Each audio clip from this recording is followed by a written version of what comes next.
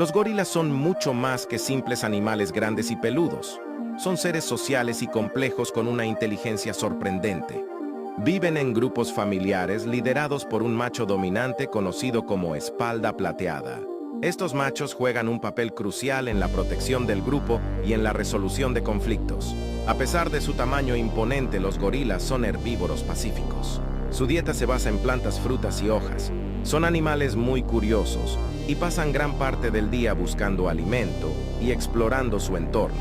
La curiosidad de los gorilas no solo los ayuda a encontrar comida, sino que también fomenta la interacción social dentro del grupo. Además, la inteligencia de los gorilas les permite resolver problemas y comunicarse efectivamente entre ellos.